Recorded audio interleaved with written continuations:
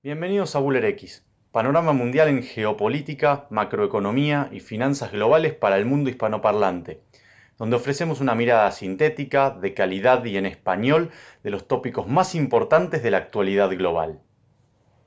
En este video analizaremos algunos activos que marcan el ritmo de los mercados financieros del mundo. Por el lado de Estados Unidos observaremos el S&P 500, que también es considerado el índice de referencia global. En Alemania el DAX, en Francia el CAC 40 y en el Reino Unido el FTSE. Por el lado de la renta fija miraremos la dinámica de los bonos soberanos con maturity a 10 años en cada uno de estos países. Primero analizaremos la performance del 2019 y cuáles fueron los factores principales que movieron estos mercados. También daremos una perspectiva para el 2020.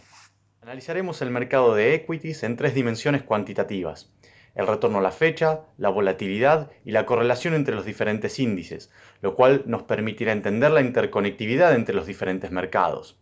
También analizaremos los factores cualitativos que explican la performance de cada uno de los índices. Vamos. En el S&P 500 observamos un año con sucesivos rallies y caídas. Hay que recordar igualmente que la recuperación de principios de este año siguió a dos caídas muy fuertes de la bolsa en octubre y diciembre del 2018. Siguiendo al año anterior, vemos una continuidad de la volatilidad como principal característica del régimen de mercado.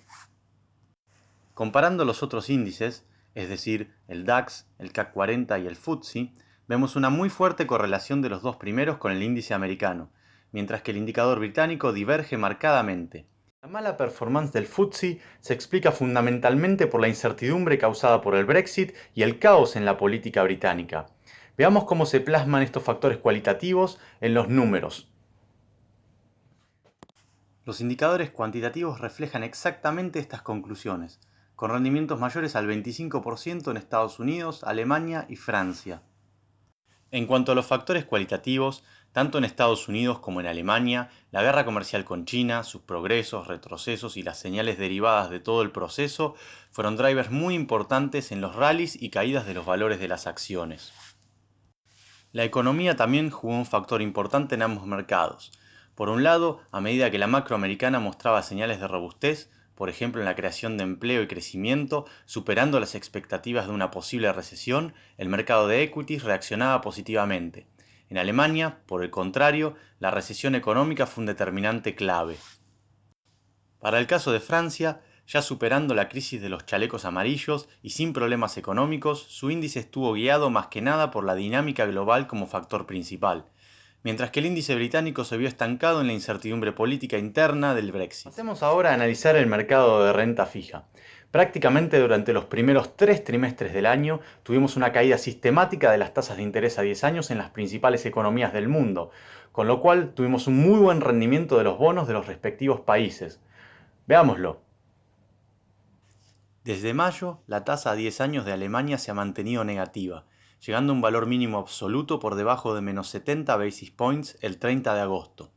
A su vez, esto arrastró a las tasas francesas a territorio negativo por primera vez a fines de junio, llegando a estar en un mínimo de menos 40 basis points. La tasa americana, por su parte, llegó a estar abajo de 150 basis points, valores que no se veían desde julio del año 2016. Si pasamos a observar los datos cuantitativos, veremos que los bonos franceses ofrecieron la mejor alternativa. Por un lado, estuvieron arrastrados por la dinámica de las tasas alemanas, así como la renovación del quantitative easing del Banco Central Europeo. Por el otro lado, la estabilidad económica y el fin de la protesta social en Francia ayudó a la compresión del spread con los Bund alemanes. El mercado de bonos actuó como activo seguro frente a las perspectivas de una potencial recesión mundial. Por un lado, tuvimos las tasas de interés a 10 años europeas entrando en territorios profundamente negativos, arrastrando así a los demás mercados.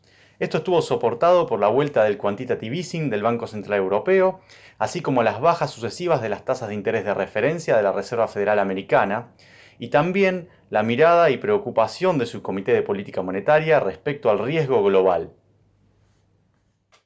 Para el 2020 podríamos observar dos dinámicas en el mercado de bonos. Si por un lado la expectativa fuese de una dinámica recesiva, podríamos ver tasas de interés en torno a los valores del segundo semestre del 2019. Por el otro lado, con expectativas más positivas en la economía, las tasas de interés deberían estar en torno a los valores del primer semestre del 2019. Para el 2020 habrá que seguir de cerca algunos factores cíclicos. Desde el lado geopolítico tenemos tres temas principales. Por un lado, las presidenciales de Estados Unidos, en Europa el tema del Brexit y en China los conflictos y tensiones comerciales. Desde el punto de vista económico habrá que seguir muy de cerca las expectativas de una potencial recesión y los indicadores que la anticipan, así como las performances de las distintas economías del mundo. Esto fue un pantallazo a los mercados financieros globales.